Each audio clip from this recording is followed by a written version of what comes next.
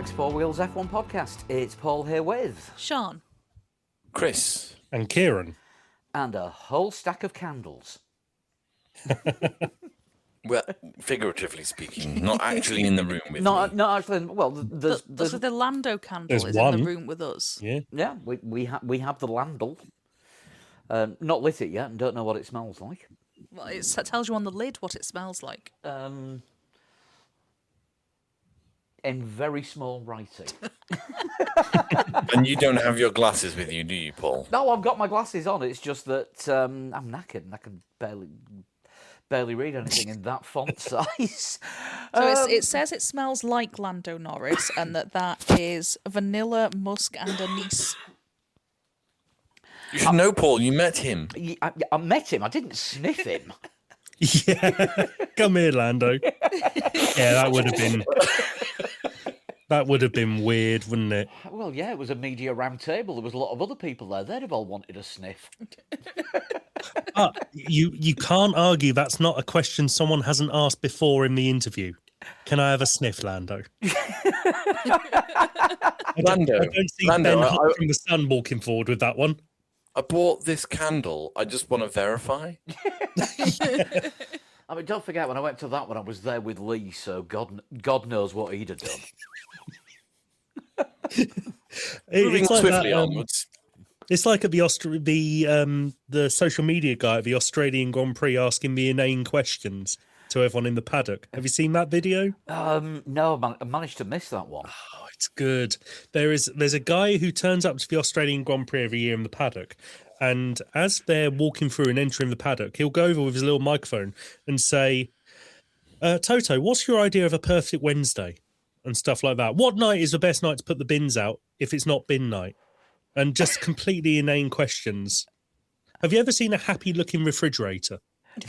And there's a 3-minute cut of it on, all the socials, shall we say.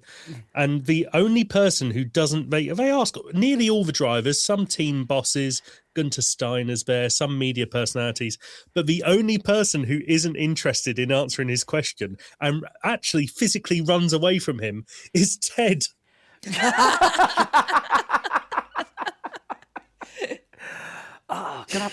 have to look out for that one. Find the video. If I find that, I will. I will share a link. But going back to more F1 related things, what did we think to the first race under the new regulations?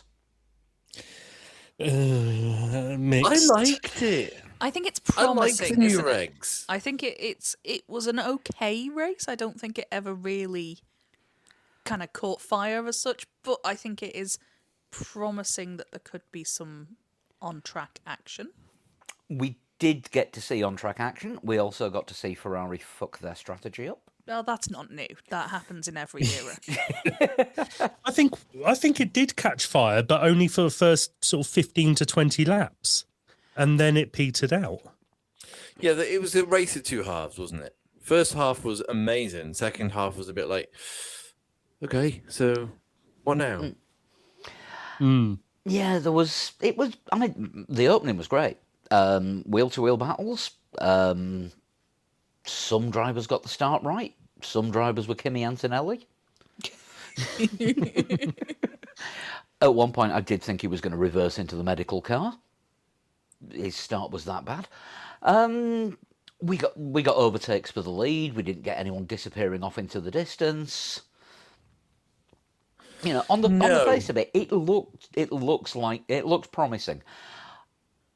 It does, yeah. I mean, it was a bit of a learning curve, wasn't it? And I think quite quickly the Formula One drivers at least learned how to and where to use the battery and sort of what was the most efficient way of getting past somebody without making sure they got back past you again. Because we saw a bit of that, especially at the front, which was interesting for the first, as we say, sort of 10, 15 laps maybe. I was laughing. I thought it was hilarious because they were just swapping the lead all the time. I was actually laughing my ass off at like 4:10 in the morning.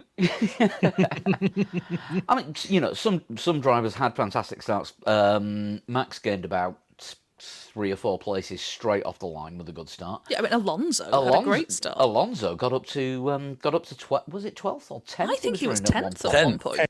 Yeah, Yeah, he was 10th.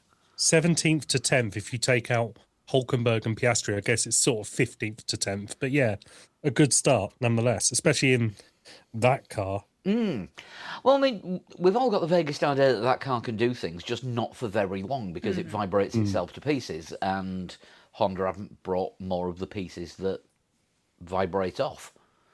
Yeah. I don't know where I'm going with that. Yeah.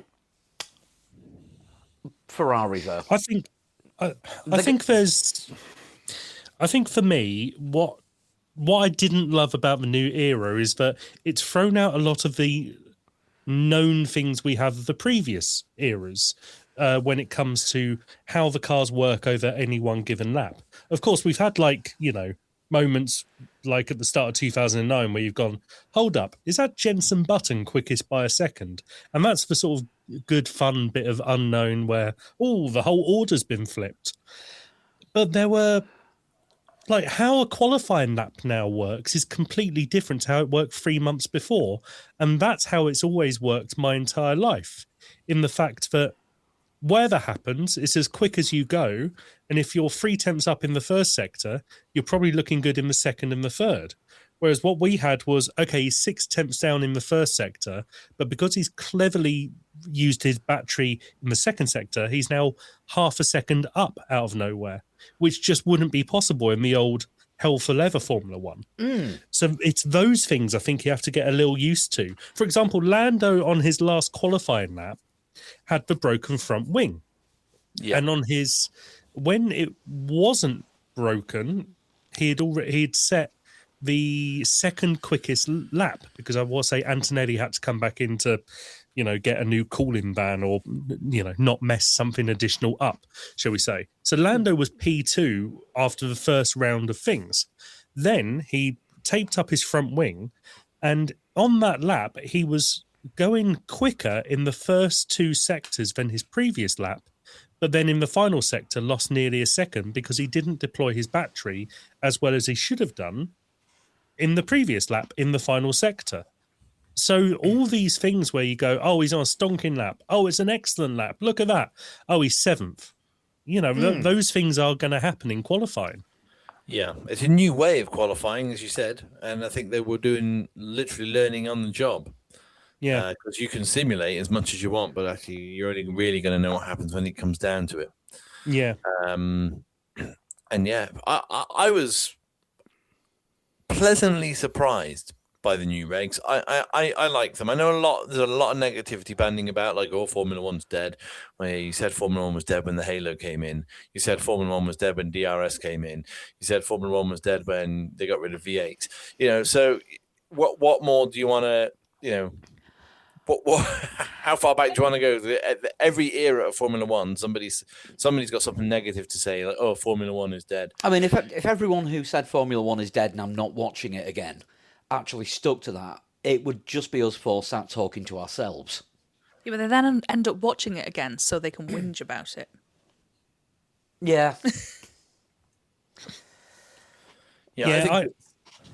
I was worried after Saturday. My fears were slightly allayed on Sunday. The jury's out, but I don't think it's as much of a disaster as I thought it was going to be Saturday morning. Saturday morning I was only half conscious, so I couldn't tell you what happened in qualifying. I know I watched it. Yeah, I liked it. I liked the race. I think what it has done, I mean, obviously at the end of last year, we were getting qualifying where, last place was 9/10 slower than the leader or whatever. If the entire field was spread by a second, whereas obviously new rules, new regs, the field is spread out a bit more. It does almost feel like we've gone back to having a 2 or maybe 3, possibly even 4 tier wedding cake. I mean, Formula One, because there's just so much happening, but at different levels. I mean, if you look at the back, you've obviously got Aston Martin with the huge issues that they've got. But then, I don't know, would you put Cadillac in the same tier as them? And then everybody else was way further down the road until you got to Red Bull. and then McLaren, and then Ferrari and Mercedes were, what was it, 50 seconds ahead of Lando Norris, George Russell finished. Yeah. Yeah, I So- mean, going back to Cadillac, yes, I think I would put them very much at the back because they were both over 4 seconds off pole. They built a functional car. They just don't. They're still figuring out how to use it, really, aren't they? I mean, they said they were expecting miracles this season and points would be nice. Yeah. I mean, I think that's where they're going to land as well. Points would be nice. Yeah, having the entire team outside the garage at the end of the race doing the usual winner's pose, but with the pit board saying first race rather than P1, what we used to. That may have been taking it a little too far. Yeah, they were talking about making history a lot, weren't they, with Cadillac? I mean, internally within the team, like, we're making history this week. You are, but also, you now need to move away from that and start working on everything else, which I'm sure they will do. They are a brand new team, as in like the entire outfit and everything is new to Formula One. Whereas you might look at Audi score points. Yeah, but Audi is just basically a renamed Sauber. They've been slowly transitioning to Audi for the last 3 years. Yeah, I mean, the Hinwil team has been around since the 90s. 93, I think their first season was. Through many iterations. And don't forget, they were the original Mercedes factory team. Yeah, they were. Sauber brought Mercedes into Formula One. Yeah. With Petronas and Red Bull. Yeah. Well, that was a little bit later, I think. I think they were black when they first started, Sauber. Yes, I think they were. Sponsored by Tissot. And was it Carl Wendlinger and Heinz-Harald Frentzen? No, not Heinz-Harald Frentzen. Yeah, Frentzen was a Sauber driver. I think you're right with Frentzen, yeah. Was it 93? Carl Wendlinger and Heinz-Harald Frentzen might have been their first two drivers in Formula One? Yeah. Only because The Sauber C12. only because they couldn't get Schumacher back. It was Carl Wendlinger and JJ Leto. JJ Leto. Oh, so they got We should have known this. they got the Former Is That Glock. I was going to say, this is lots of regular wrong guesses for Is That yeah. Block? So basically, they went to Benetton and brought the wrong driver. Because don't forget, Schumacher's first race wins came in a Sauber Mercedes sports car. Before he was Yes. Before he joined Jordan. Yeah. I could be making an Is That Glock on the fly here. We've done that once.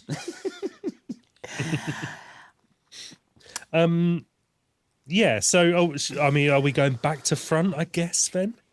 We can do. There's not an awful We're lot sort to of say doing about Cadillac some now, team. aren't we? Yeah. Yeah. Yeah, I mean, there's room to grow. Bottas, I think was that a cooling problem that forced him to pull out in a very inconvenient point because he was trying to roll it back to the pits and just ran out of steam on the pit lane entry. Again, stopping Ferrari from pitting under a VSC. Mm-hmm. Because Yeah, by the the pit time, lane was shut. by the time I he mean, took the pit lane, Ferrari had already gone past. He had to try it. Yeah. Yeah. Bottas, he had to try to get back to the pits, obviously. Yeah. He's officially classed as fuel system failure. Or was it fuel system? I had heard cooling, but yeah, it was. It's the kind of teething troubles that you're going to get with new teams. You know, when you're testing, you don't have the full race conditions, even if you're doing a race sim. Yeah. And Bahrain is a much different track to Albert Park. Yeah, very different, especially in these new eras of cars as well. Yeah. I am convinced over the weekend that they made the right driver choices in getting Perez and Bottas. I think you've got to take drivers from one of three pools, new blood, existing talent, or people getting a second chance. And they're sort of mostly of the second and third pool, aren't they? So I think if this car went to a Fornaroli or a Paul Aron or I don't know who else would really be in that I'll turn discussion. my mic back on. Or their reserve driver, Colton Herta. Or exactly, Colton. I mean, he doesn't have a super license, does he? But it would be a waste of their talents in that car. Whereas Colton Herta had an absolutely stunning weekend in the Formula. No, wait. which we still haven't watched yet. Oh, To be fair, I'm fully spoiled on results. He was unremarkable.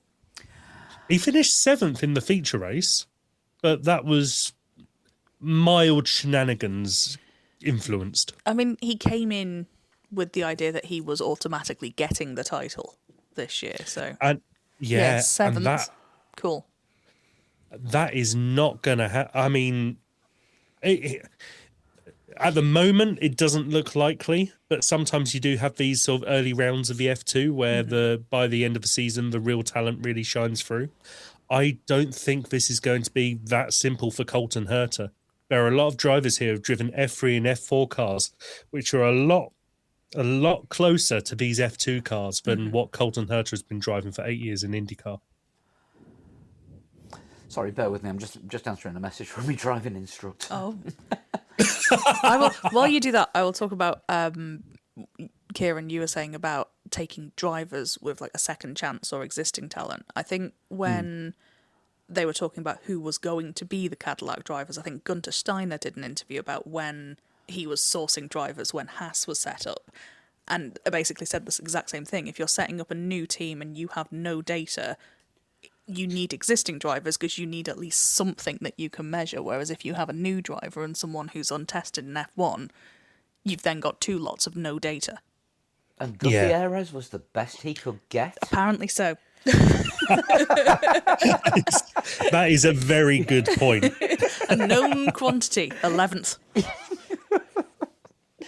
Was Maldonado, wasn't he on the table for Haas in 2016 and they still went with Gutierrez? He was on the table for just about every team at every point. They had to weigh up how much does he bring in versus how much is he going to cost us. Yeah, valid point. And hearing Gunter Steiner's opinions on Gene Haas's lack of enthusiasm for spending money, Gene Haas would have been quite happy to get the incoming Maldonado money, but not part with the outgoing Maldonado money. But yeah, Cadillac, it's an experimental season for them. When is it they're getting their own engine in? Is it 28 or 29? I want to say didn't know they 29. Are they working on it, I think? They did say they would develop their own engine, but they wanted to. Did they not say they were going to wait to see how long this regulation was going to last? Because there are talks that they're going to do the next change in 2030, engine-wise. So if it's 2030, then they may as well just wait until then.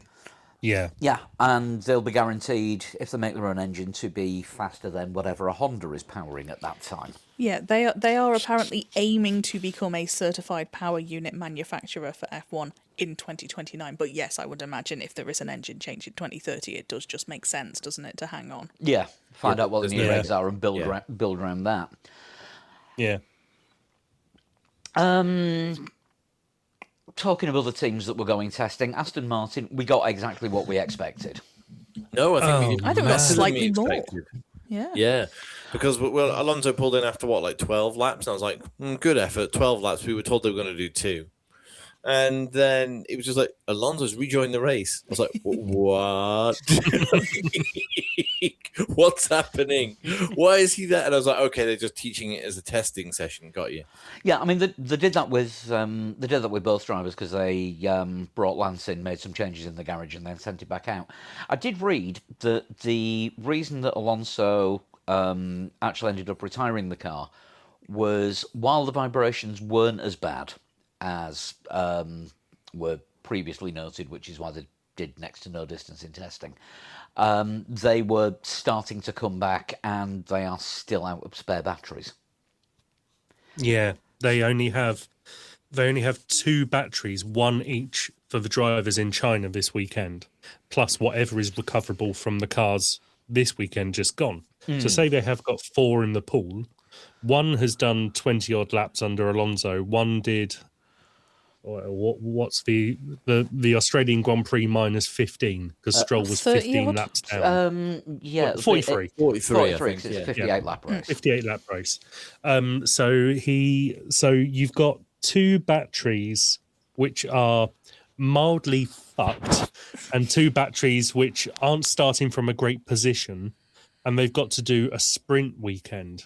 So, and it's a high attrition, not a high attrition, but a high power circuit from corners 8 through to corner 3 at China, and including a kilometre-long straight, which, I mean, I'm sure we'll come to this towards the end of the podcast when we talk about Chinese Grand Prix, but I look forward to the battery running out half a mile away from the braking zone. But for Aston Martin especially, they're going to have some serious trouble because they don't have the power, and it's a high attrition, high-speed circuit. So, yeah, they have to really preserve what they've got for next weekend. And of course, with Japan being the next race after that, they don't want a bad showing at their home race. There's always an expectation, isn't there? If you're a Honda team in Japan, you are under the spotlight. Yeah, you are a Honda team at a Honda-owned circuit. Mm-hmm. Yeah. And luckily, Suzuka is a really slow, calm. Oh wait, Yeah. they've got a problem. It's going to get worse before it gets better. What did everybody think of the super clipping? Because that's the only thing of the new regs that really threw me off, was when we were sort of getting towards the end of that first part of the straight at Albert Park, and the cars start, you hear the engine noise going, and they started changing down like 2 gears like before they were at the end of the straight. I'm like, what are you? Oh, you got no battery, right? Okay. I hate it. I thought that's dreadful. Your car is powering down before you get to the apex because you've run out of battery, your foot is on the floor, but there's nothing more you can do. I think that was maybe the biggest problem with qualifying, was going on board through turn 8 and turn 9, being halfway round turn 9, and there's literally no faster your car can go, to the point where you're losing 50, 60 kilometers because it's just recovering battery. That's a serious problem in my eyes. They need to do something about that one. Yeah, I think. But, I mean, this might just be me. I don't know. No, I think that was the actual real reason why the FIA wanted to not declare turn 8 and 9, or the bits leading up to turn 8 and 9, as not a straight, so they couldn't use the straight aero mode on that, just to keep the speeds down, just to maintain a little bit more battery power. Yeah. Because I think it was Saturday before qualifying they wanted to declassify its straight status, and there were complaints. Yeah, it seemed to be something that was going on quite late in the day, wasn't it? Just because with the with the lack of aero downforce on there, it could be dangerous. I mean, we have seen what happens when a car loses its rear wing on that straight and loses all downforce, because that's what happened to Jacques on BAR's debut race. His rear wing failed. Oh, I didn't realise that. In the middle of that section, and it actually sent him backwards. But I don't think they can use something that happened 27 years ago as an example based on modern cars. No, this is true. Although Jacques is still dining out on something that happened 28 years ago.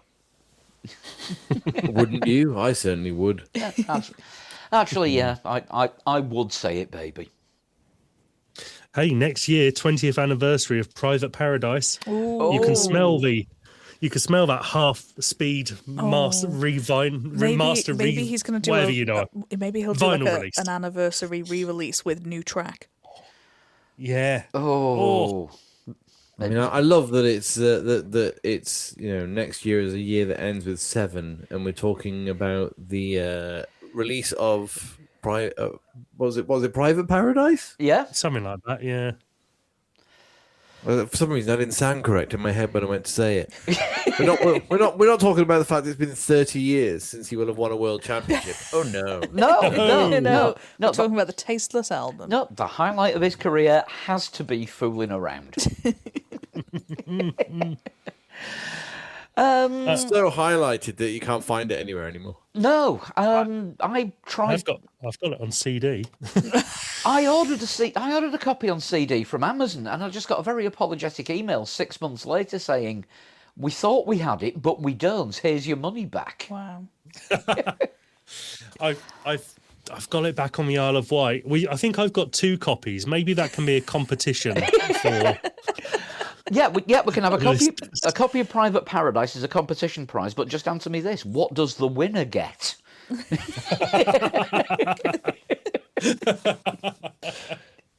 I'll get it signed by Heinz-Harald Frentzen. A rare photo of Sean Connery signed by Roger Moore.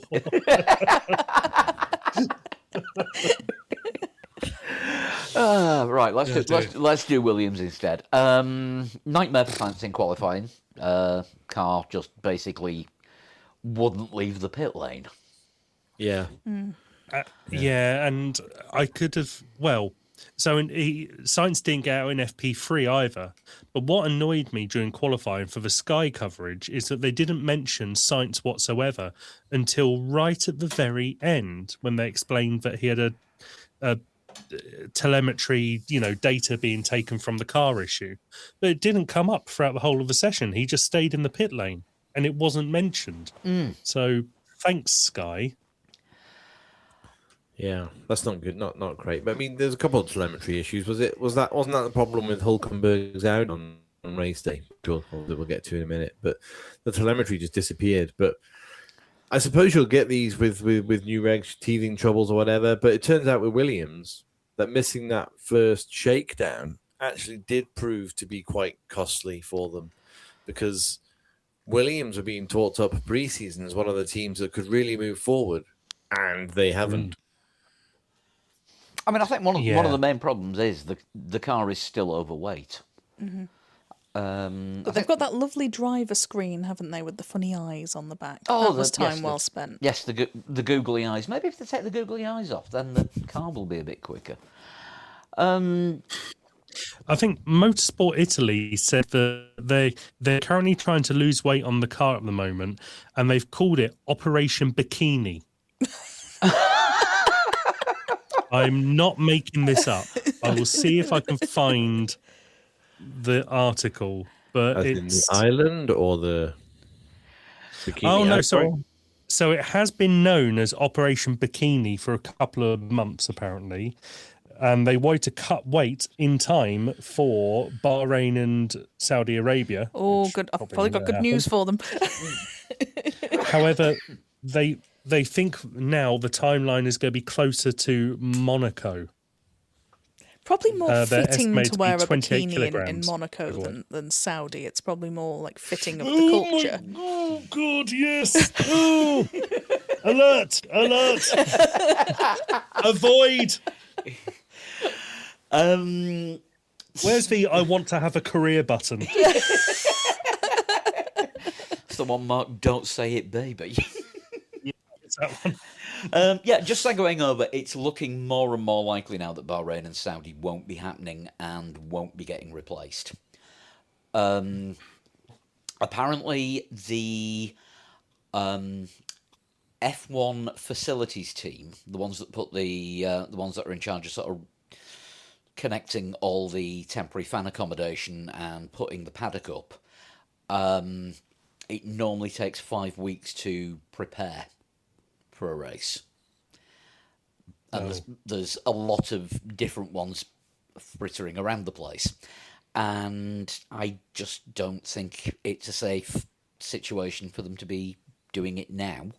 And I think F1 have more or less not said it publicly, but I think the teams that were handling Bahrain and Saudi have been stood down already. But someone who has said it publicly is Kimi Antonelli, who was filmed having a gossip with Isaac Hadjar on their flight from Australia to China. Oh, missed that. So what has he said it's off? They were talking about it being off. It has done the rounds on the socials. Yeah, didn't Hadjar say something like 2 less races you can beat us at? Something like that. Yeah, they have officially it's until March the 20th, which is next Yes. Friday. Yeah. Because we're recording the night of the 10th, so they have 9 days essentially to make the decision, but it's going to be made well before that, isn't it? Let's be Yeah. honest. I would probably say, seeing as we're recording on a Tuesday, I think that's going to be a Wednesday news. Yes. If it's this week, Shall we or record on a Wednesday? It'll be a Thursday news. Yeah. Let's face it, we're always going to be behind by one day. Yes. Whatever we do, F1 will come out with something the day after we hit record. Right. The other Williams, moving back to where we were, didn't really get to see a lot of Albon during the race. No, I feel he was very anonymous. Yeah, finished. Started 15th, finished 12th, made up 3 places. Yay. We didn't really see a lot happen with him, did we? Best of the rest of the rest of the rest. He was the first of the not very competitive cars, really. But that field was him, Colapinto, his teammate, Perez. It's not a stunning field. No. Lawson, I guess. And I'd probably throw Ocon in there as well. So Ocon only finished half a second off a point.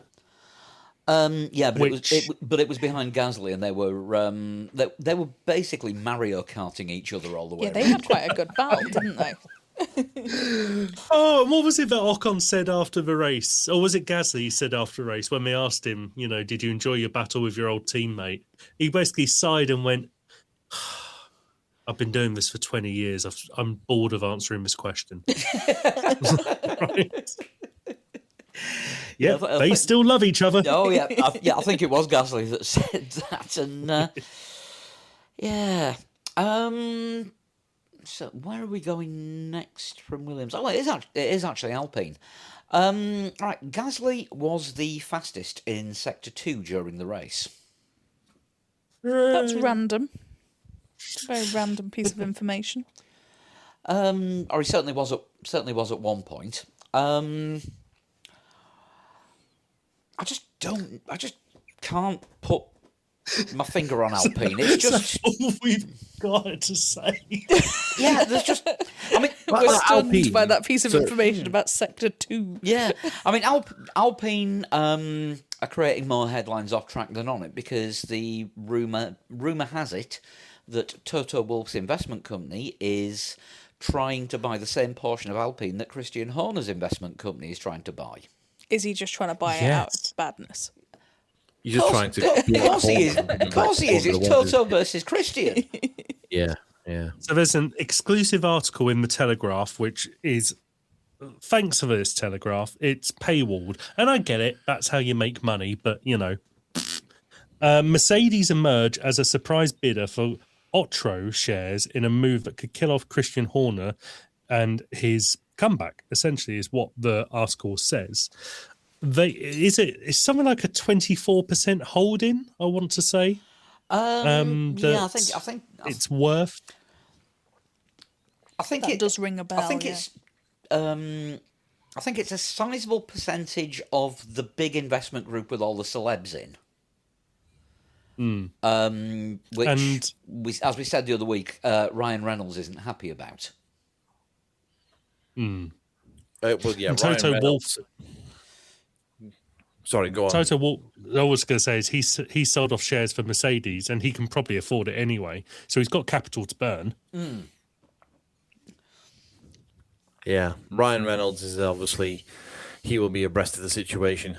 Abreast when it comes to Christian Horner and the allegations that were pointed at him last year, and he is currently standing up for his wife, I believe, in a similar sort of situation with a stranger. So I don't think he's going to be very keen to let somebody who's got these allegations against him buy his part of a Formula One team, or rather, the part that his investment company has currently invested in. Well, that his engines supply. what I heard was the main reason that he's pissed off is it's diluting his investment in the team. Yeah, I mean, I suppose it's a case of, It's a are they for small sale part. or are they not? I mean, nobody knows if Alpine are for sale. Nobody knows if they're even going to be called Alpine after this, with Renault disappearing. And I'd like to welcome Renault back in 2030 when the new engine regulations come in and they give it another go alongside another Honda team. yeah, I look forward to welcoming him back in 2036 as well. Having left. I don't know. I think that there is still clearly a bit of an animosity between Wolf and Horner, and all these sort of things you see on Drive to Survive. Oh well, Wolf sent me a really nice text, and here's what it says, and all that is a little bit of show. And in reality, there's nothing better than being a bastard to someone who you really haven't liked throughout your career. I mean, and Horner is just doing that. Wolf is just doing that. I mean, to at Horner. the end of the day, this is two incredibly rich, middle-aged men trying to piss each other off by having a pissing competition. Yeah. Yeah, a bit like billionaire owners of football clubs in the English Premier League. Yes. Don't get me started on that. But No, as a it's supporter of a annoying. non-league team, I'm happy with our Canadian millionaires. Right. The Alpine, though. So Colapinto avoiding that accident at the start. That was some incredible reaction from him. That was fantastic. Sensational. Absolutely brilliant to not have an accident at the beginning when you come across a car that is basically stopped in front of you. And then he then got a penalty, didn't he, for a formation lap infringement? No, he was a penalty. Yes, he was a penalty. He was the penalty, yeah. So, so the graphics, Colapinto and go. yeah. So the graphics are not up to scratch with where they were towards the end of last year. No, they are not.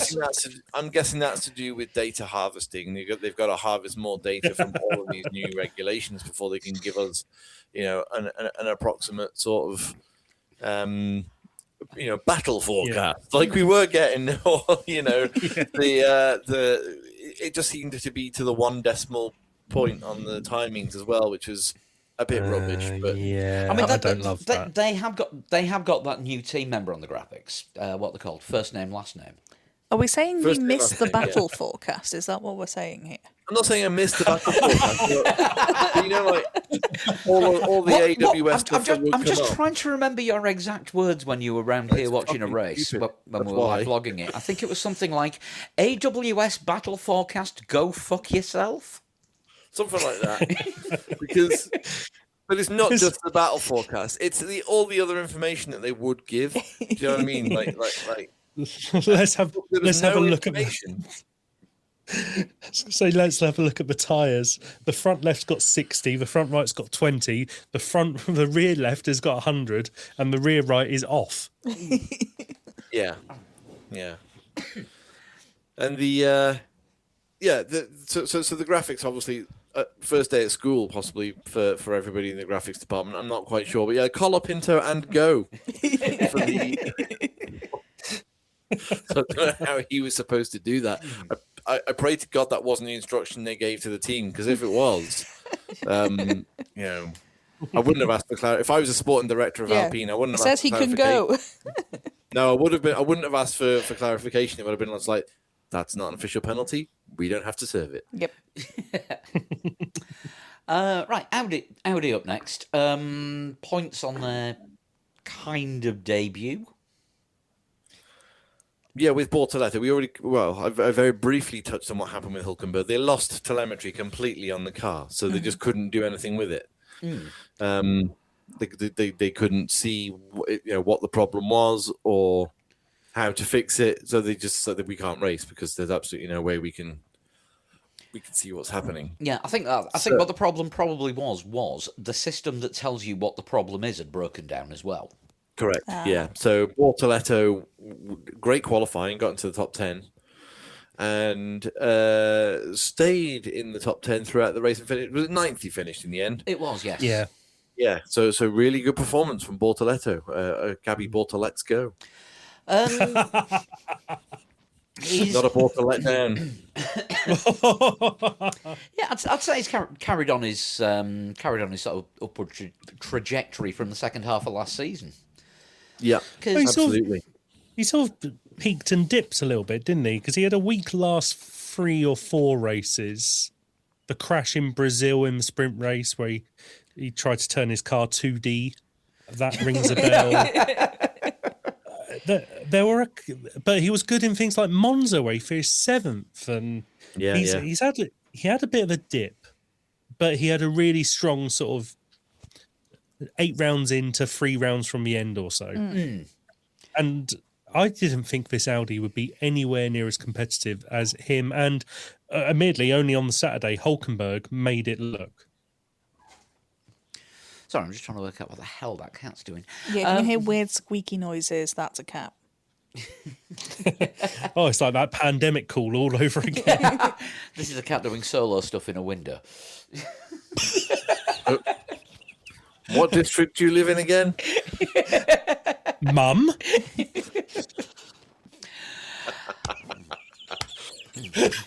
Happy Mother's Day. But at least with the new engine, Audi have had time to prepare, and I think there was a lot of concerns. You know, are they going to be able to get it right? But because they've never made an F1 engine before, and Yeah. you know, Sauber have had Ferrari power since BMW. Yeah, well, it's something that we touched on last week was that Aston Martin's problem is that Honda have only got one team. It's the same with Audi, but they've made it work. I mean, it's a functioning point scoring vehicle, so Yeah, I think what's happened with Audi is they've hired wisely Yes. from other teams, whereas Honda seem to have built a team from scratch with only 30% of the previous F1 team. They talked about brain drain, didn't they? I think at the weekend. This Yeah, idea that when Honda looked like they were exiting, all the sort of top Honda people went and found work elsewhere. in Adrian Newey's world, all went off to build solar panels or something. But that means that they now don't solar have panels or whatever. Oh, was it whatever? I was close, but But yeah, they don't have the expertise and the bloody hell, cat, the brain power that they did when they were building the power unit that Red Bull has been quite successful with. For long-time listeners, you probably you will know that the cats do tend to get involved in the shows. You know, when Dizzy was around, you could hear her purring. What you are actually hearing is Willow, the new pod kitten, wrecking the house.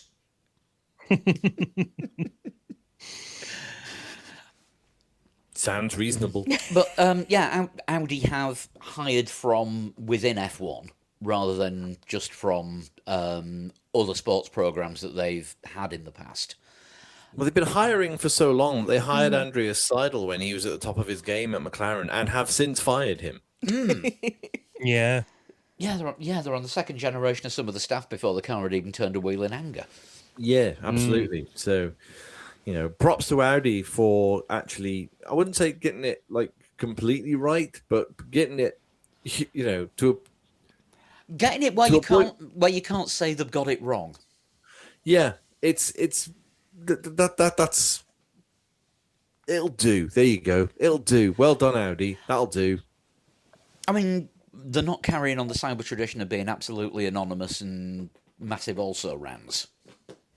No, and it would have been interesting to see what Hulkenberg would have done had he been able to race. But I guess there'll be plenty of opportunities to find out in the forthcoming, let me just think, 21 races. Yes, Approximately.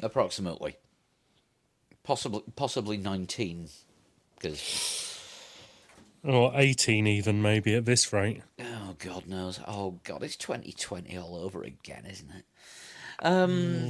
Double Silverstone. That'd be quite good. Right, I'd take that. yeah. Racing Bulls. The debut of Arvid Lindblad. What I'm- Nearly. Oh, I thought at one point he was going to lead the race. Yeah, he Yeah. started amazing, didn't he? Yeah. Are we going to have to Rosbergia his national anthems? He races under a British flag, doesn't he? 'Cause Yes. he's born in the town I'd never heard of before this weekend, Virginia Water, and he does have quite a mixed background, but yeah, he what a start! And like I said, because of those crazy first few laps, I was just watching this racing bull coming out of darting out behind a Ferrari, and I was like, that's not Law, that's Lindblad. This is his first race. Is he going to lead this race? What's happening? Yeah, everyone sort of had that phase of watching the start going, who am I looking at? What's happening? Is that Leclerc in the lead? Oh my word, what's going on? Lando's far down. What happened to Antonelli? And hold up. Is that Lindblad third? Everyone had that sort of same realization about half a lap in of going, wait, what? Yeah, I mean, for a debut race in a V-carb, being the fastest Red Bull-owned car on track at one point, not what you expect. Yeah, what is he? Something No. like third youngest point scorer on debut of all time. Yeah. That's impressive. We've been following his career for a while through the junior formulas, but he's definitely still one to watch. Yeah, absolutely. The other two younger point scorers, were they Max Verstappen and Sebastian Vettel? I think they were Verstappen and Antonelli. Verstappen and Antonelli. Okay. Yeah. Yeah, Antonelli obviously scored points on his debut at this race last year. Yes.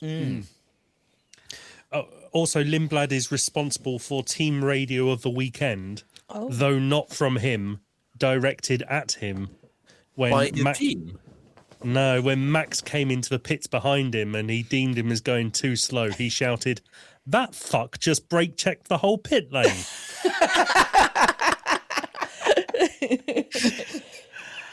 You gotta love a bit of angry Max. We didn't hear that one. We saw wonder them as why. they were coming in, didn't we? We saw that Verstappen was kind of like weaving around on the rear wing of Lindblad's car, like a sort of angry person in a traffic jam. I think he's just getting some practice in for when he does the 24-hour Nürburgring race, because there'll be traffic jams there and hold-ups, because you will have Max in a top-line world-class AMG GT racing against touring cars. It's wild as well, isn't it? The Nürburgring 24 outlet. They have 1 million classes. Yeah, I think there may even be a Fiat 500 class this year. God. It's terrifying, that sort of thing, isn't it?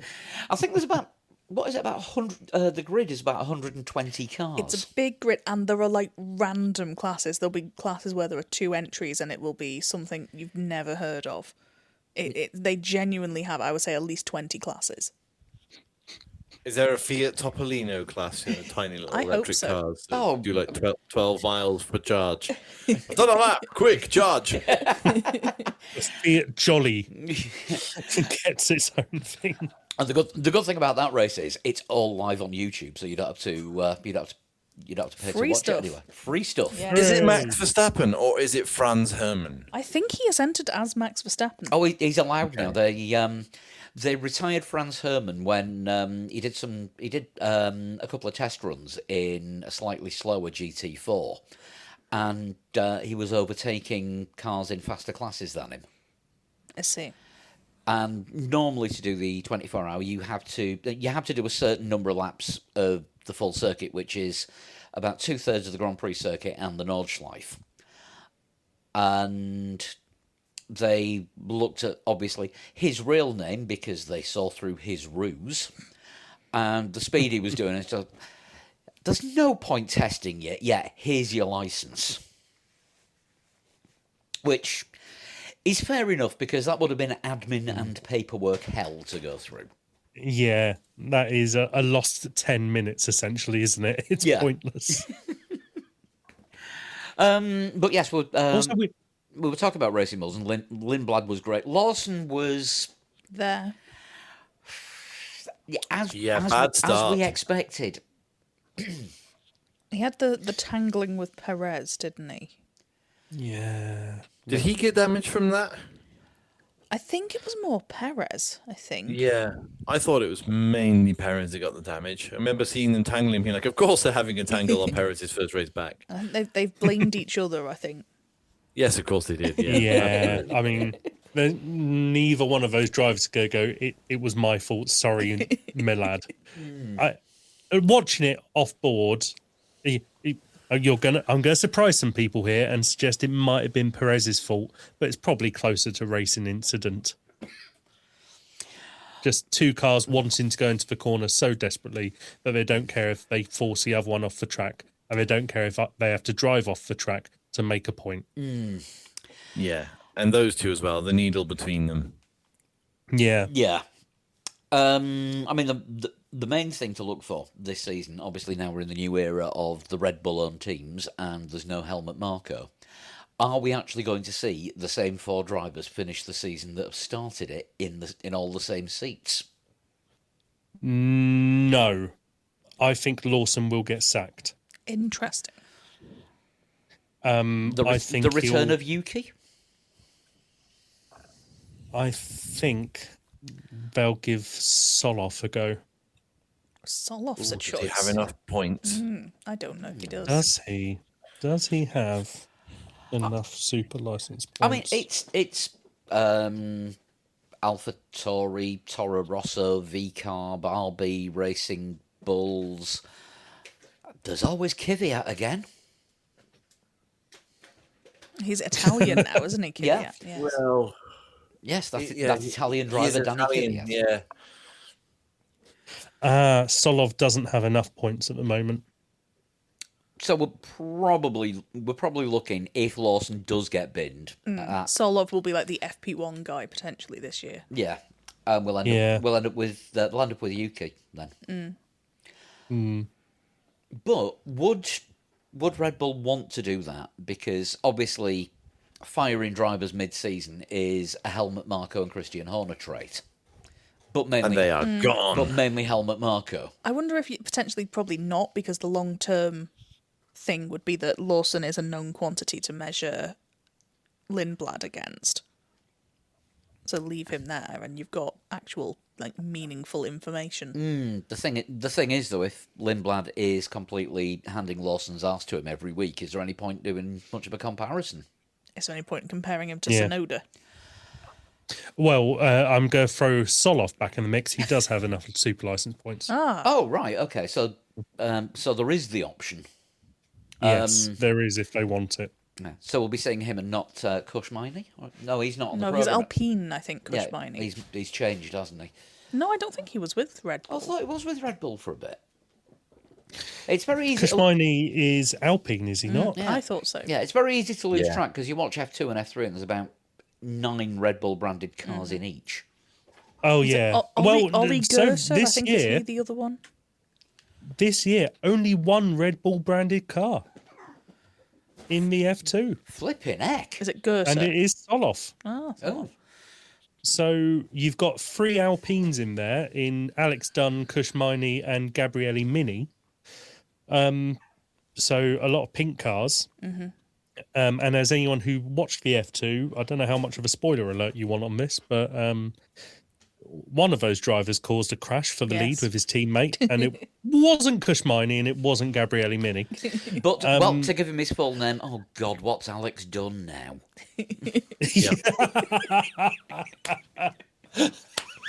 Welcome to our new segment. What Alex done now? He has apologised on Instagram for it. I was going to save him for my wankers section, but basically, on the third lap of the feature race, it was him and his teammate Stenson going down to turn 1. Stenson in the lead, Dunn second. Dunn overtakes him on the left-hand side as if you're driving down the straight, and then goes, "Excellent, I've made the move. I will now cut him off." Oh, there he is. Oh, shit. We're both out. So he's not changed. No. And then he came on the team radio, and I'm going to have to say paraphrasing here because I can't remember the exact quote, but it was something along the lines of, "What the F is he doing? That's it. I'm never letting that person finish a race in front of me ever again." That is a paraphrase, but was the something gist. like that. Yeah. Wow. This one is going to run and run, and I am here for it. And he now gets a 5-place grid drop for the next race, which is all right. It's Bahrain. You can overtake in Bahrain. No, wait, Bahrain's going to be cancelled. Well, it's okay. It's Saudi Arabia. It's a little tricky. It's a tight track. No, wait, that's been cancelled. So his 5-place grid drop will be at Monaco. Wow. Yeah, what is it if Bahrain and Saudi don't happen? It's 13 weeks It's between something F2 ridiculous, races. isn't it? Oh, yeah. The grid penalty as well increases the chance of him being behind Stenchon. Yes. At least with it being Monaco, we'll be able to watch it at a decent hour. I'm at a wedding that day. Oh, God. Watch it on your phone. Right, Haas. Yeah, solid. Great performance from Behrman. Yes. Yeah. Great performance from all the British drivers. But yeah, Oliver Behrman finishing 7th. And as we said, we spoke about Ocon and his brief sort of altercation with Gasly. But did we see much of Ocon aside from that? I think Haas were just being like they were in testing, like really solid, quite near the top end of the midfield, and just doing the job and getting on with it, but not being spectacular.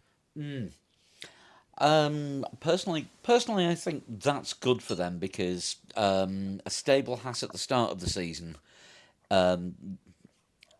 it's what they need because they always fall off. Well, in the development race, they Yeah. will because of their budget and what you spoke about before. Yes. So, cram the front load the season with points paying finishes, and then towards the end of the year pick up what you can get, and that's been their MO since they came into F1.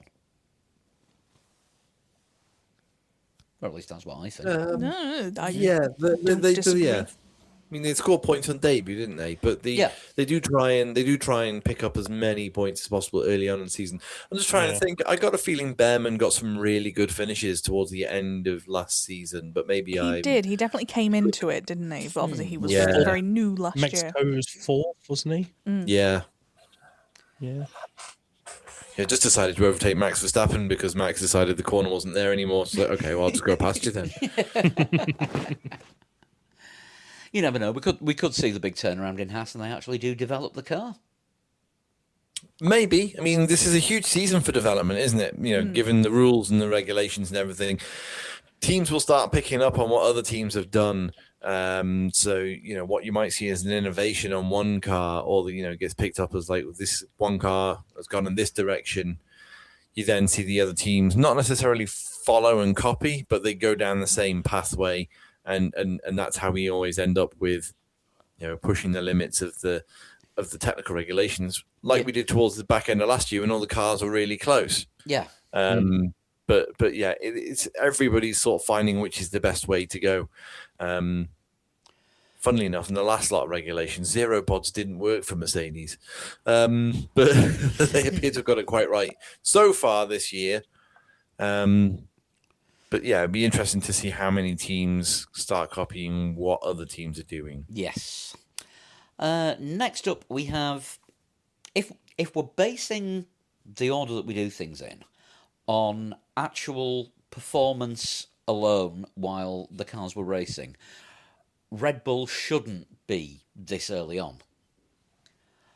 Max got 6th, which was pretty bloody good from starting 20th. Yeah. After he's off in qualifying, when everyone was saying it was very similar to what happened to Stroll in testing, where he hit the brakes and it actually locked the rear axle and just sent him into a spin, threw him into the barrier.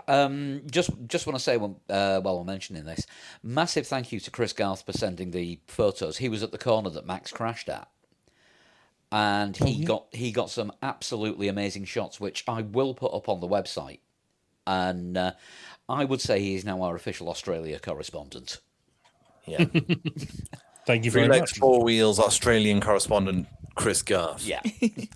But yeah, an amazing comeback drive from Max from 20th. Hadjar was going great until the car let go. Looked really good in qualifying as well. Yeah. Yeah. He did, yeah. The curse of the second seat at Red Bull, isn't it? You know, the I mean, you could say curse of the Red Bull with Max, you know, because it was the car that snapped on Max. It was nothing to do with the driver at all, much like we saw with Lance Stroll in testing. But yeah, Hadjar's car had to be the one to let go, didn't it? Yeah. You know, when he was on for a really decent finish in his first race at Red Bull, but you know, yeah, that's the way it's got to go. I'm surprised we didn't see more engine stroke power unit failures, given the massive changes that everyone's gone through. Unfortunate that it was the second Red Bull driver that was the only Ford engine to go pop. I've got a good feeling about Hadjar, and I think he may be the one to sort of break the string of Red Bull second drivers not being able to handle the car, because, well, up until the point where the engine died, he had got to grips with that car. He was quick. Yeah, There was a brief moment at the start where it looked like he might take the lead, Yeah. but not quite. But I mean, how often can you say that for a Red Bull number 2 driver over the last Yeah, ever? yeah. well, I mean, Perez had a bright spot, didn't he, in 2023? Yeah. But yeah, the second Red Bull seat curse looks to be breaking, hopefully, in terms of luck, and I'm going to be really tentative here and say talent. That's not to put Yuki Tsunoda down. Not to put. I don't think Liam Lawson was given long enough at all. He had 2 races and then he was shipped back to Racing Bulls. Yeah. But and yeah, as you say, Perez's performance literally just fell off a cliff. But hopefully, Hadjar can, even if he's racing with Max Verstappen in that team, that's fantastic for the team as well as for him as well. Just in terms of Red Bull scoring an awful lot more points with 2 cars than just relying on Max Verstappen. Yeah. Yeah. He did exactly what he's meant to do as the second Red Bull driver. The first one is out of action. You need to maximise the result. Third in qualifying. Yeah. Could he beat everyone who wasn't a Mercedes in qualifying? That's what he needs to do when Max is in the gravel down at turn 1. Yeah. And if he can keep that sort of performance quality up all season, and manages to have a car that doesn't crap out on him, you know, I think we will see him as quite a successful driver. And I don't think Max would be in the position this year to win the Constructors' Championship with his own points. No, I think Max is going to be pushed. Max is Yeah. going to be pushed by Hadjar. And I wonder do you think there might be problems if Hadjar does start outperforming Max?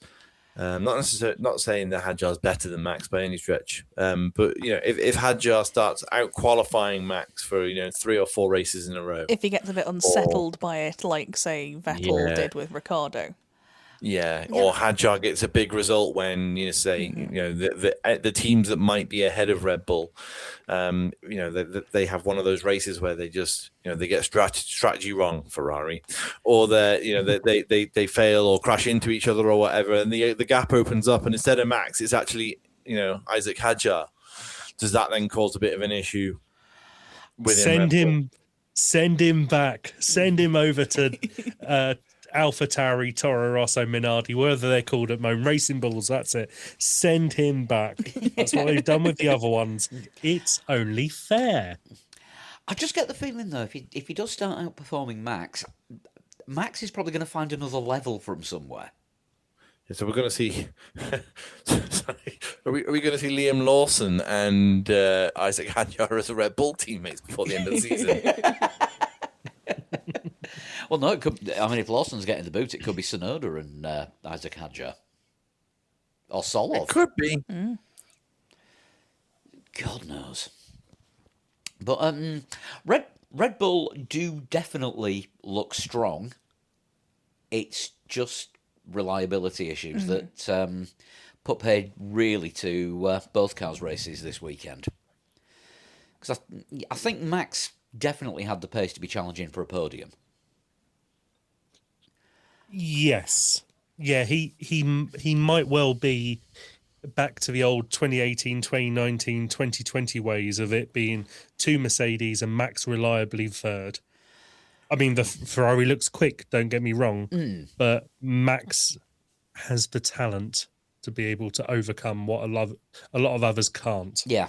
He did have problems with his car, though, didn't he? I mean, fantastic performance yet again from Max Verstappen. I still had him on my predictions being in the top 10, even though he qualified, like 18th or whatever it was with that crash, 19th. I did share the prediction fridge on our Discord. It wasn't quite correct. I didn't quite get it right. But I just knew that Max would climb his way back up towards the top. I just didn't know how far. He got further than I thought he would get. And that's still with having issues. Like he had deployment issues throughout the race, especially in the last part where he was catching Lando. He was having deployment problems. I think it was on the straight.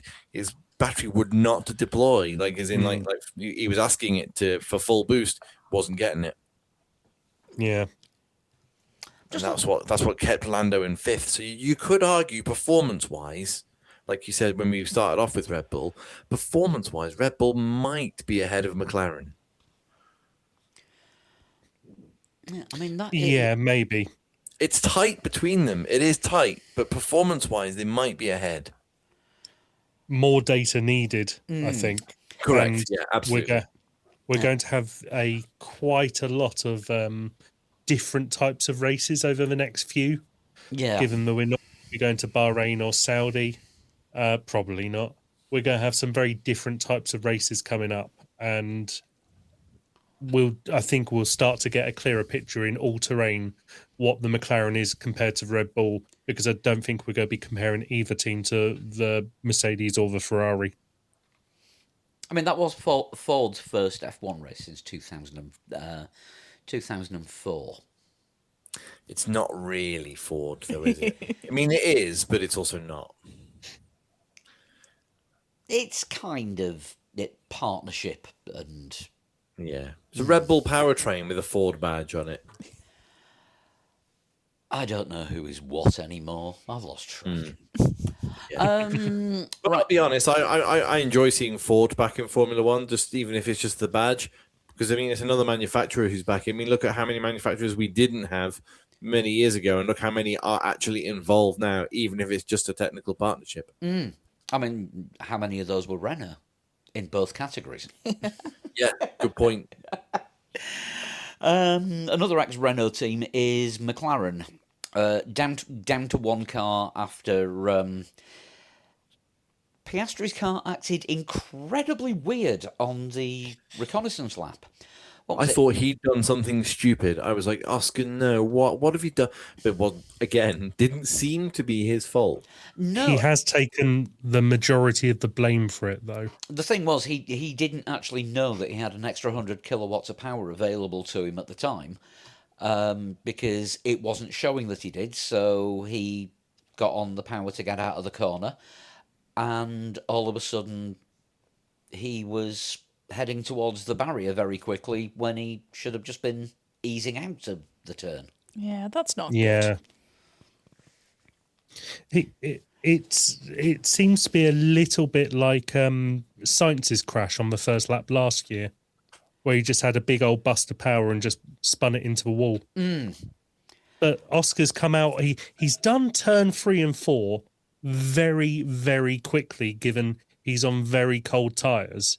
I'm surprised at how quickly he launched that car in just to hit the curb and then spin it. Yeah, and I think that was down to the harvesting problem. And I remember Alonso a few years ago using the excuse of, well, my car didn't know where it was, so that's why I was going at different speeds on the straights and I was quicker.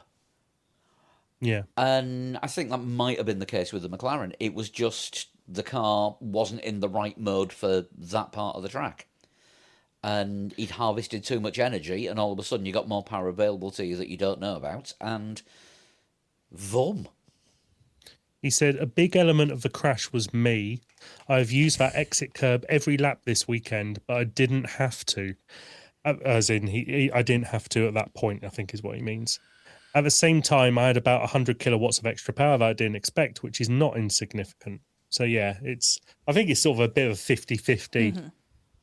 That doesn't happen in a straight line, probably, but slamming, going onto the curb probably wasn't necessary. But I don't think I can say that is Oscar Piastri being an idiot straight off the bat, just because he's binned it 4 corners into the, into Sunday. I was trying to think about this the other day with Jane. Is there anyone that has ended their Sunday earlier than the 4th corner out of the pit lane? I mean, Grosjean took about 10 corners in Brazil that time. Yeah. And Perez in Belgium.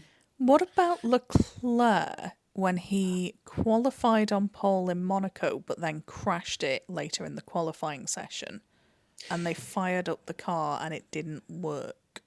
Yeah, he did a full lap though, didn't he? Did he do a full lap? Yeah, he actually did get to the grid. And I remember there was whinging very early after exiting pit lane. Yeah, he got out of the pits and was like, "No, guys, this is broken. We can't race this," and then just pulled straight back into the pits and retired before the start. So yeah, 4th corner of a lap to the grid. Yeah, it is early. It might be a Sean question, that. Yeah. I don't know. Yeah, we will get Sean back on in a few weeks, and if somebody wants to take notes, that is one of the things we'll have to. I'll write it down. I'll write a Somebody special must Sean have note broken down on their way out of the pit lane to do the laps of the grid.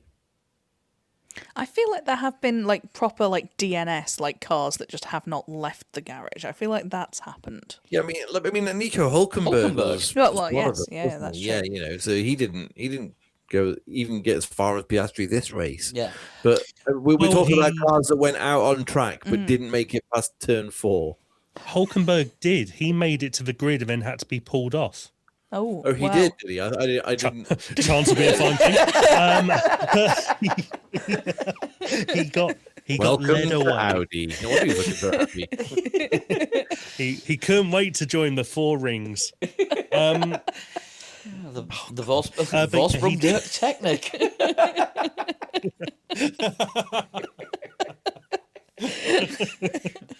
Advancement through technology. Well, I mean, that's one way of saying it. Oh, we're back. Get ready for a season of this.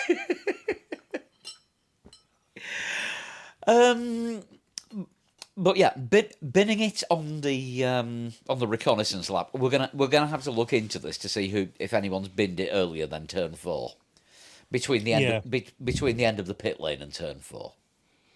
It's a very specific section. So I can remember Gerhard Berger, but that was actually during a race. He left the pits when he was driving for Ferrari and just spun straight into the wall on the opposite course, on the opposite side. Yeah, he didn't even get to turn 1. Yeah, but in his defence, he was probably drunk. And it was the 1993 Ferrari. It's the comic timing of it, isn't it? You see him in the pit lane, then you see the straight, and in and out of a shot goes a Ferrari from left to right. Yeah, straight into the wall, out of the race. Those tyres did 300 metres. Now we can use them again next week. Right, moving on to Lando. Where has the pace in the McLaren gone? Yeah, well, Oscar had it all. We've just been talking about that. Well, yes. Yeah, it's a new set of rules, isn't it? And obviously McLaren being top dog at the end of last year and, been right at the pointy end of things for the last couple of years, they've now been shuffled back down the pack a little bit. It does look like they've been, in terms of performance, they've definitely been overtaken by Ferrari. They've definitely been overtaken by Mercedes. And it's likely they've been passed by Red Bull. But I was just thinking after I said that before, I don't know if that's going to be circuit dependent. There'll be an element of that, I think. Yeah, won't there? I think there will be some of that in there. I mean, Lando got the second fastest lap of the day, but it was still a quarter of a second off Max's time. Yeah, and he was going really well in that final qualifying lap he had before the front wing failed on him again and the tape fell off. He was going really, really well. He had set 2 personal bests. He was probably going to be third on the grid, but then the wing went and he lost a second in the final sector. He didn't get out much in FP1 because gearbox broke, and then they had to change it and bed it in for FP2. So he was already a bit behind the curve when it came to Saturday. Piastri out-qualified him, but again, the front wing failing again is probably a contributing factor to that final lap. There wasn't much damage, though, was there, to the Antonelli Norris collision thing? There wasn't, but the front wing was dangling off on that lap. So when they cut to Norris, he was sparking underneath the wing because it was just dragging across the ground as he drove over the line. I think that's the only thing, really, though. I mean, there was nowhere near as much tape on the car as Antonelli in qualifying. That thing was that thing was 90% tape without a GPS tracker. Yeah, very good point. Yeah, just a bit of a nothing-y weekend, wasn't it? He finished 5th, and that was probably the best he could do. But it looks unspectacular when you've just won the championship. Yeah. You expect last year's winning team to come out all guns blazing, and I'd rather fear with McLaren this year. We're going to see what happened with Mercedes in their debut season, coming off the back of the all-conquering brawn from the year before. Maybe. I did see. Well, I think it was Ted on Sky said that what we were saying earlier about it being a development race through the season, and McLaren are banking on that more than anything else. That they know they're not at the front, but they're pretty confident they can outdevelop most of their other teams around them. So who knows? It might not be too big a gap to pull up, but it seems that with Lando finishing 5th, 50 seconds behind George Russell on the first race of the season, that's a huge gap to close up. Yeah, I mean, we know in recent times McLaren have been great at developing the car, because look at if you look at 2023, when they came from doing okay to being in with a shout at the Constructors' Championship with 3 or 4 races left, just couldn't match Red Bull. But by the end of the season, they were giving him a damn good fight. So yeah, we will probably see better things from McLaren as the season goes on. And for once, they can actually say, "Don't look for us at the start of the season." Oh my God, when did they say that last? Oh yeah, when the last set of engine regulations came in. Well, that was Honda, wasn't it? Yeah, we'll look for them at the end. Right, Ferrari next. Now, was that a bad strategy call not to pit during the first BSC? I don't know. Yeah, I'm a bit Fred jury said out. no. I don't think it would hurt anything to try it with one car. Yeah, Lewis Hamilton taking on the old Carlos Sainz job of being Ferrari's chief strategist in the car that isn't Leclerc's. You should have pitted one of us at least. Yeah, I kind of understand what you were. I mean, I think Ferrari had already committed to a 1-stop, whereas the others were maybe floating a 2-stop until they thought, well, we could probably look after these tyres till the end. The absolute worst they were going to finish in that race, providing there was no safety car or fresh tyres on people behind, was 3rd and 4th. They were well ahead of the chasing pack, Lando and Max, basically, and Arvid when he was in the race as well. They had security of definitely at least 3rd and 4th. The problem for them is that security was presented with a challenge when they were 1st and 3rd. So they gambled badly, and it didn't really pay off. I think they probably should have pitted. They had enough chances, and they would have guaranteed saved at least 10 seconds, even if they did what Russell did and went out on hards for the next 45 laps or so. I don't think it's that much of a gamble, given the other team were doing the exact same thing, and they had the legs on them. They did have the legs on them at the start, admittedly. So yes, I would. If I was Ferrari, I would have followed them into the pit lane with one, if not both cars. There was a F1 media page. It wasn't an official page. It was like a fan page. It was like, who leads into turn 1 tomorrow? And I put Charles Leclerc on the comments, thinking, yeah, he'll be up there or somewhere close, but two Mercedes in the front row. It'd be interesting if that Ferrari is that quick off the line. Turns out that Ferrari is that quick off the line, and I don't know if this is an advantage they're going to hold for very long, because it's purely down to them having a small turbo. And that start sequence, let's be honest, was weird. Yeah. It's very strange seeing the blue lights, and there was no hold whatsoever. No, they were straight on with it. The second the fifth light went on, it came off. Yeah. Now, is that going to be part of the new start regulation where that happens straight away? And if that's going to be the case, are we going to end up seeing more false starts? I think George said it was cheeky, didn't he?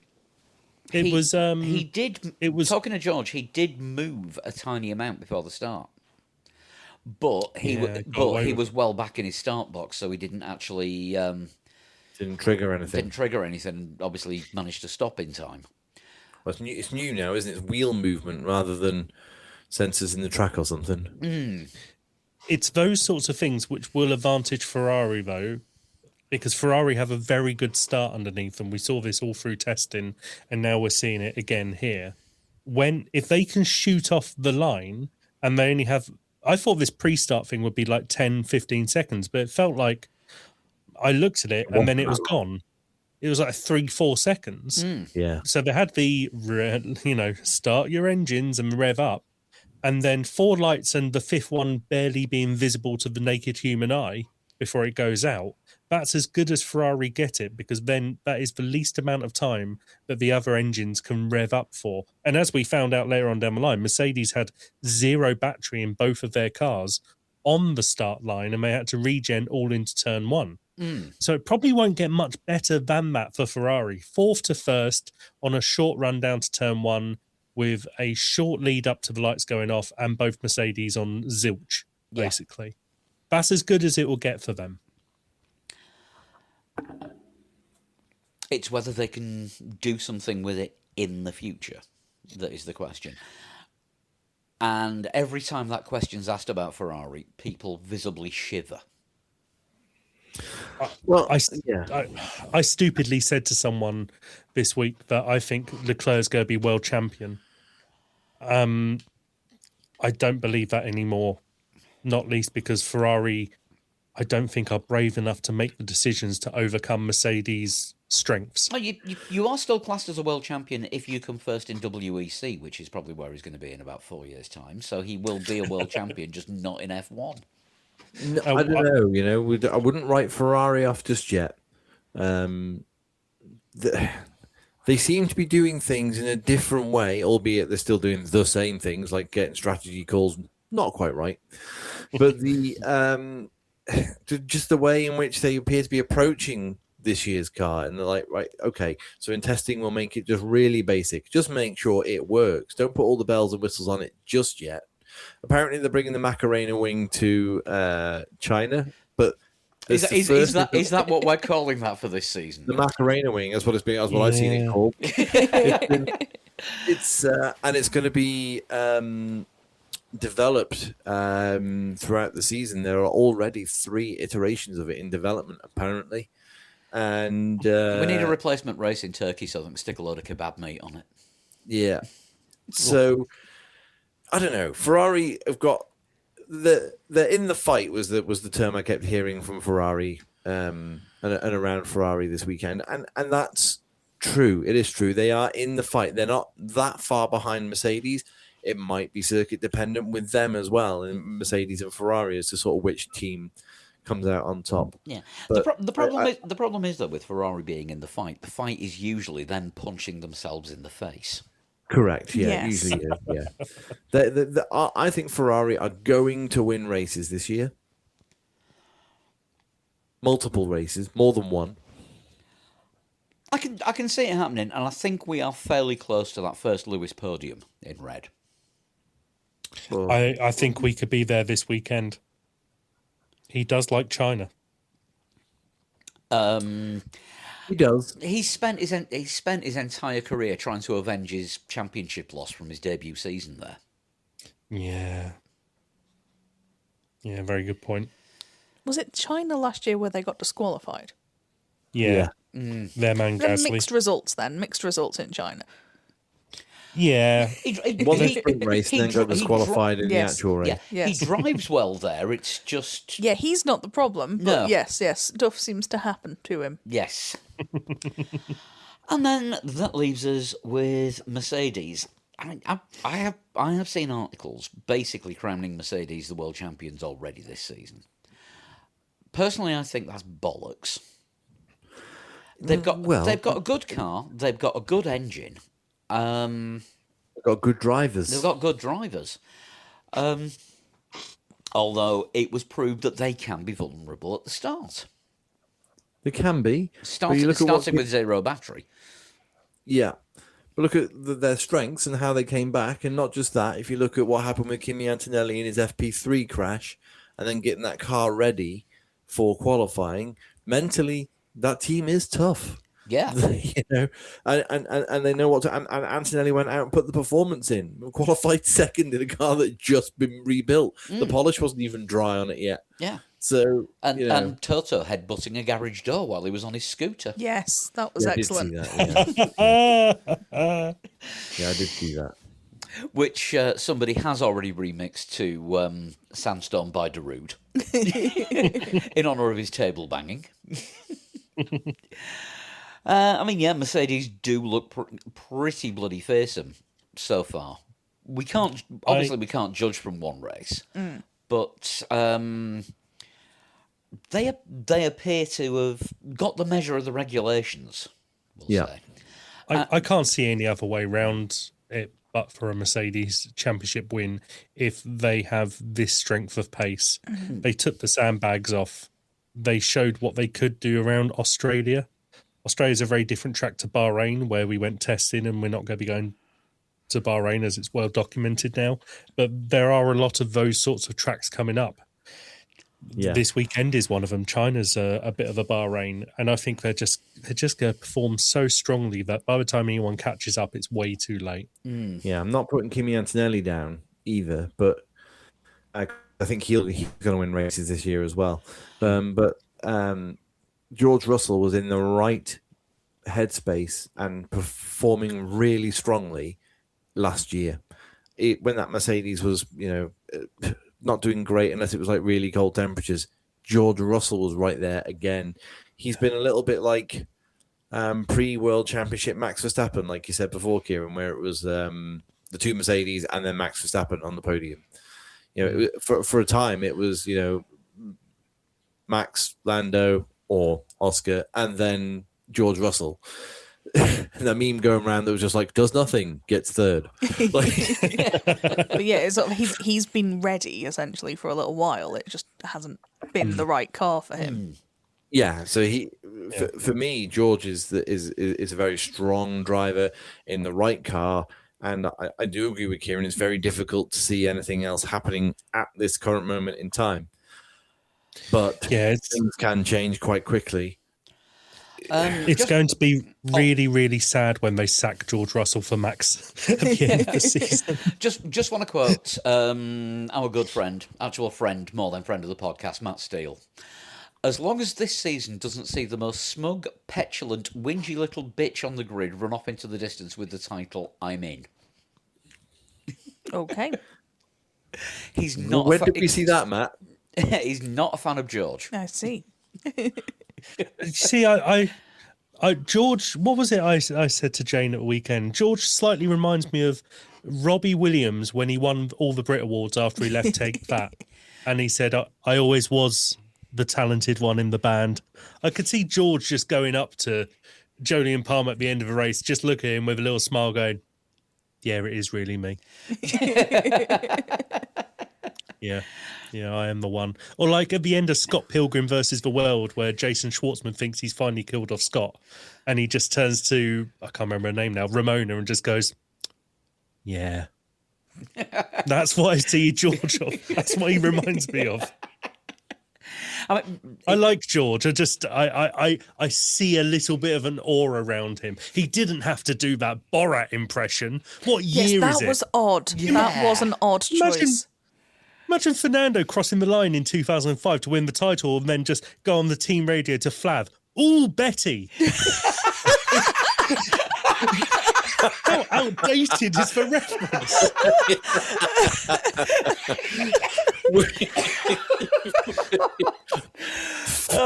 Fernando Frank Spencer Alonso. Oh God! For the benefit of any American listeners, and Jana, I know you're going to message me about this one because every British reference you always say, "What the hell?" Ooh, Betty comes from a British sitcom in the 1970s, where that was the main character's catchphrase. So it's called literally "Some Mothers Do Have 'Em," which is the most British-sounding sitcom. I believe it's apostrophe Av as well. Yes, and apostrophe Yeah. You could You have them. you could only actually make that more cliched if you just stuck Park Life on the end. Yes. Right. Rockstars and Wankers time. Rockstars, I'm definitely going for the Mercedes team for getting Yes. Kimi's car back together. Yeah, absolutely. Yeah. The opening 10 laps of the race, Rockstar. Yes. The laps after that, wanker. I'm going to put Hadjar in there as a rock star as well because he was doing great and his engine wanker. Yeah, Lindblad for his amazing Rockstar. start. Yeah. Yep, definitely. Obviously, we can't leave out Max for 20th to 6th. Mm-hmm. Poor Lawson. Yeah, we can leave Everyone Lawson gets out. a rock star. You're No, also not you, here, Liam. Liam. Not you, Liam. Sit down. I think for out qualifying Lindblad and getting into Q3, I can applaud him. I don't know if that's quite rock star territory. It's polite applause. All of Antonelli's mechanics, minus one that we'll come to in the wanker section. Yeah. Colapinto for avoiding. It was Liam Lawson, wasn't it? He was stuck on the grid. Yeah, Yes. Yeah, Colapinto, yeah, and then the definitely. wanker for getting the penalty. I don't believe I've ever said this before, but Lance Stroll for driving 43 laps of that car. Yeah, he deserves an award for that, and not a participation one. Yeah. I felt very sorry for him I read the race's driver rankings from Ed Straw at the race, and they put Alonso 12th out of 22 and Stroll 21st. Oh, I was just like, what did he do? It was a bit much. Started last. He didn't sit. The only car he sat in on Saturday was his hire car from the hotel to the track and back. Right, Wankers. You said you had a mechanic. Harsh. Yeah, the guy who left his cooler bits in, Yes. not his cooler bits, but the cooling fans on Kimi Antonelli's car. Are we on to wankers? I think we're on to We're on to Wankers. Wankers. Yeah. Sorry, my internet must have cut out because I've written a whole list of wankers in my phone. Oh, right. You take aim and fire. Well, we've covered off Alex Dunn and the guy responsible for Antonelli's everything. I've written down. We spoke about the graphics, didn't we? The fact that it doesn't go to 3 decimal points of Yep. the graphics department. Graphics are wankers, yeah. Honda, yeah. Yeah. bit of a soft wanker I'm going to put for Oscar Piastri for Wow. deciding his tyres That's could very be pounded That on sounds turn very 4. in between us. I don't know that I agree with that one. Well, Oscar specifically, or just the concept of the soft wanker? Oscar specifically, because I didn't think it was entirely his fault. I don't think. No, that's the thing. I don't think it was entirely his fault. I think there's a small contribution to the fact it's in the wall, though, from Oscar, and that's Yes, given that he was the pounding man it. behind the wall, Yeah, behind the he wall, did. behind the wheel, and behind the wall. Yeah. One which hasn't gone mentioned so far: Sky Sports for their new music. Oh, yeah. the Tate Oh. McRae song. Yeah, dreadful. You can I buy can't get that's used to that at from all. the F1 soundtrack. If you were thinking about buying that on vinyl, Oh, you know, the oil-filled vinyl. I've seen there's one going on eBay. This was an off-air conversation before we started recording. There was. I think I've closed that tab down now, but it was 300 and something pounds if you wanted to get on eBay and buy Or just a Sky vinyl Plus it. copy of the album. By the oil-filled.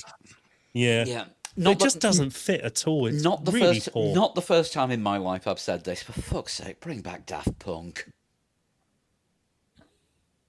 sure. Well, they did the last Yes. theme. Did they? I couldn't have told you that. I didn't. I Did don't they? remember the last theme. Yeah, it was by Daft Punk. It was from the Tron Legacy soundtrack. In Oh, I fact, never realised in that. fact, No, it I was- just assumed it was some music. No, it was one of the two good bits of Tron Legacy: the Daft Punk soundtrack and Michael Sheen being David Bowie.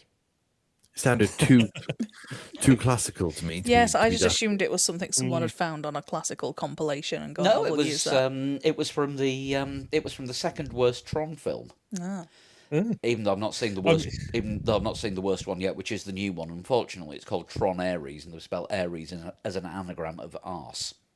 Oh, like the Greek Ares rather Yes. than like the Zodiac Ares. Ares. Yeah. Tron arse.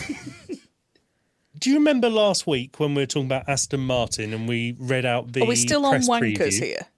Yeah. Okay, No, okay. well, this is leading to a wanker. Okay. We read out the press preview of their race, and they said, "Oh, well, it's a learning curve, but hey, guess what? Our F3 graduate Murray Boyer will be in the F2 this weekend." Yes, I remember this distinctly.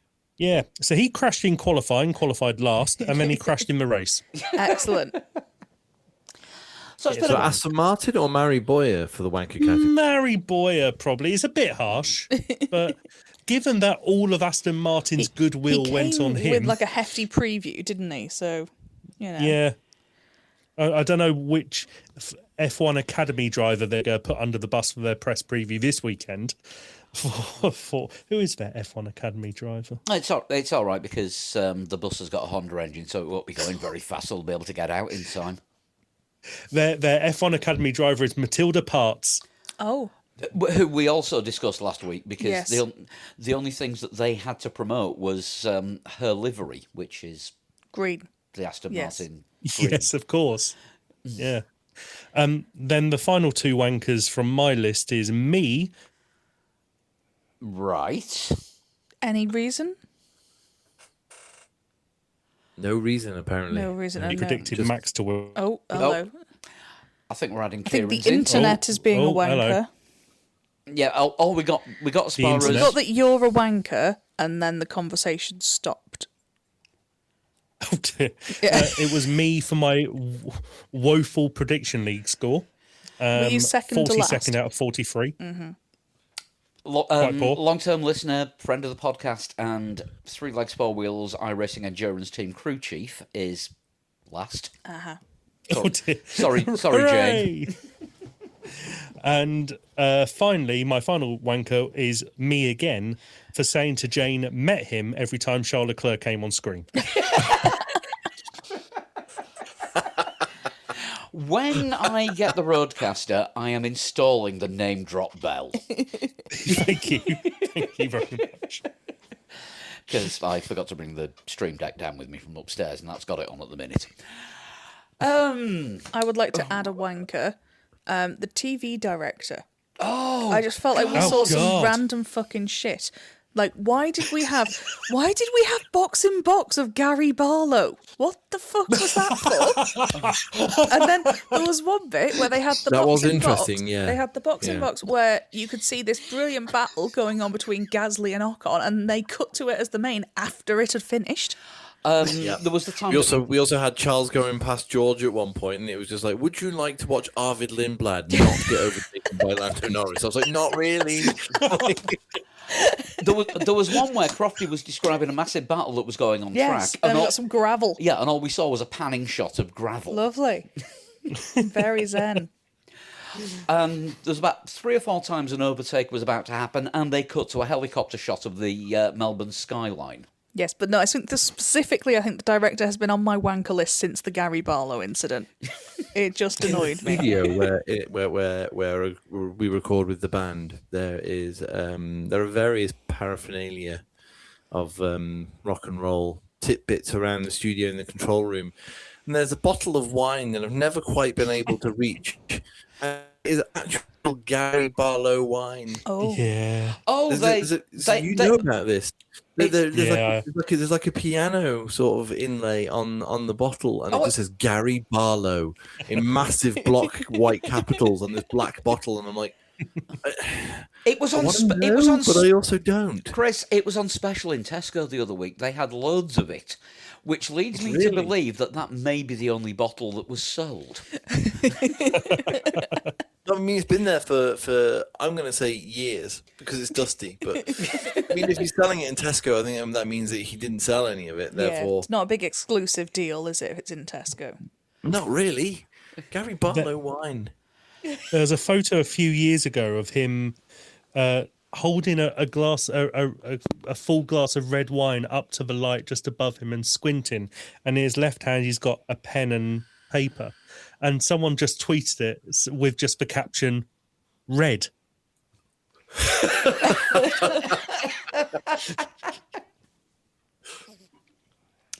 So on the next show, when we do the Gary Barlow wine tasting, or we pre-record that on a weekend to drop it in on the Sunday. Just on the Gary Barlow wine, just before we move on, it's £8.25 a bottle in Tesco, and it's got 2 reviews, both 1 star. Oh no, are they written or are they just 1 star? Oh, you know, they're written. Do you want to know what they say? Yes, please. One just says awful aftertaste.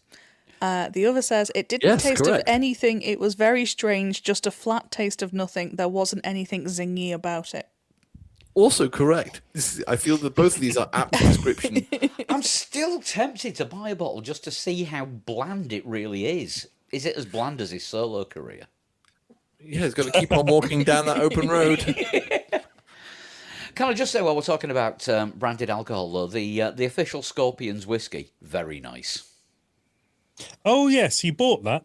How is it? Well, nice. It's very nice. You can taste the German cherry wine casks that it's matured in, and I would say it's definitely not bad booze running wild. Oh, God. Sorry, I'm laughing at the photo of Gary Barlow that Kieran just sent. And yeah, it was love at first sip.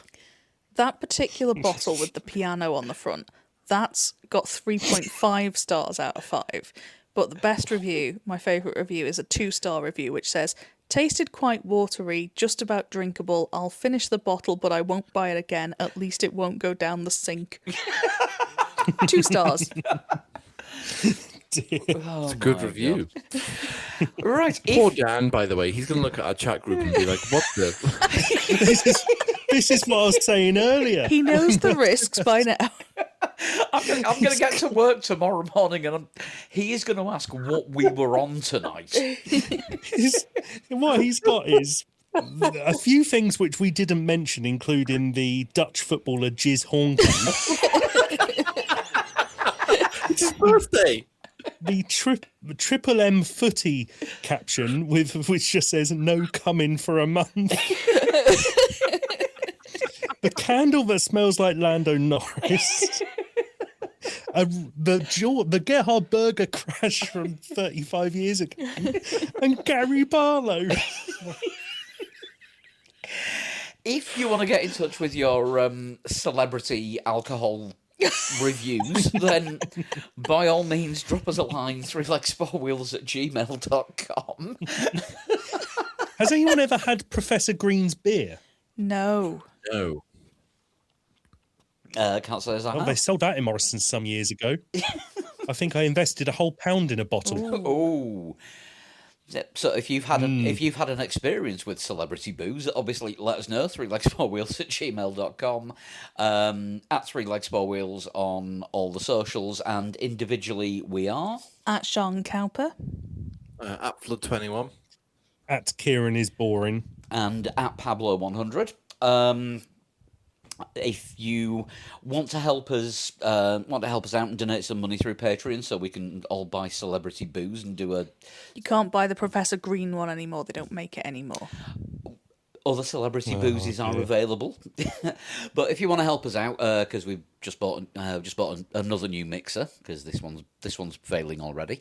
Just go to patreon.com/3legs4wheels and donate anything from £1, $1, €1 a month upwards. And it all goes to either the show or some random celebrity that's made an alcohol, by the sounds of things. And don't forget the website, 3legs4wheels. You can enter the official F1 Fantasy League that we've got running from there, and also the prediction game. And the predictions are already set up and ready for both races in China this weekend, because we have a sprint weekend coming up. We do. This is a good point. And the sprint race is something like 3 a.m. Saturday morning no, UK it is not. time. Absolutely not. Well, it is. It's just that's Well, no, not I'm one sure we're it going is. to be watching. But yes, no. I refuse to take part at that time. No, the sprint race can watch, because doesn't the actual Grand Prix start at like 8? 7. Which is fine. You Yeah, can deal with that. 7 UK, and not sure for anywhere else in the world. 'Cause I think most of North America's clocks have already gone forward, apart from Arizona, but I'm never quite sure on this. So we're going to therapy. We'll see you next week. Bye-bye. Bye. Bye.